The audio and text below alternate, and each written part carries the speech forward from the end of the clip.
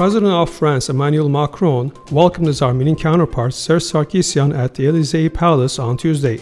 The ceremony was followed by a tête-à-tête and a working dinner, Armenian News-NEWS.am correspondent reports from Paris. The presidents also held a news conference.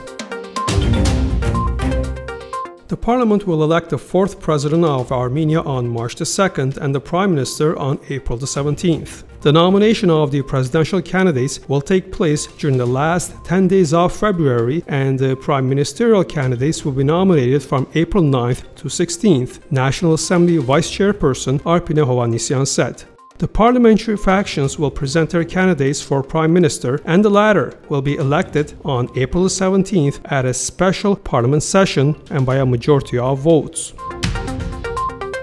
Armenian national football team midfielder and captain Henrik Mkhitaryan officially became a player of Arsenal. As part of this deal, Chilean striker Alexis Sanchez transferred from Arsenal to Manchester United. Arsenal manager Arsene Wenger said his challenge is to get Mkhitaryan to express his talent completely.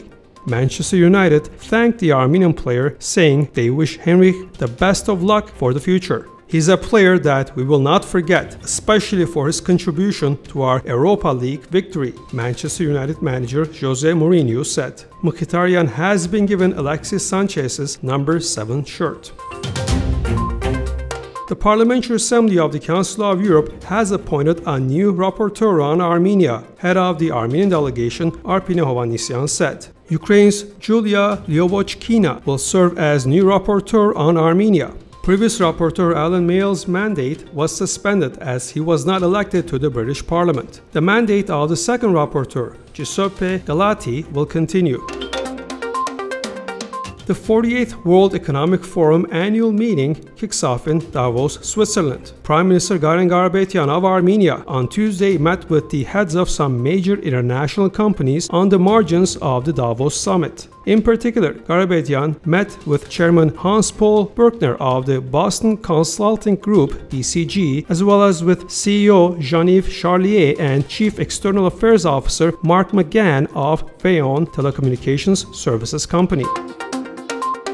Parliamentary hearings on the reasons for the price increases in several products and the avenues for lessening inflation in Armenia were held Tuesday at the National Assembly. President Sargsyan recently held a consultation devoted to the price hike of certain products in the country and to reducing its consequences.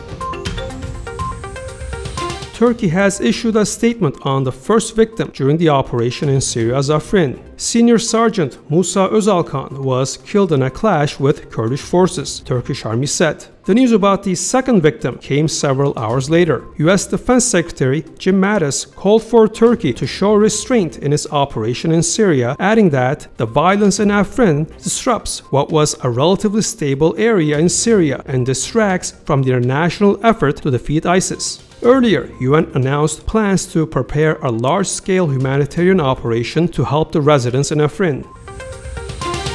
The U.S. will move its embassy to Jerusalem by the end of 2019, U.S. Vice President Mike Pence said in a speech to the Israeli parliament on Monday. Jerusalem is Israel's capital, and as such, President Trump has directed the State Department to immediately begin preparations to move the United States Embassy from Tel Aviv to Jerusalem, Pence said.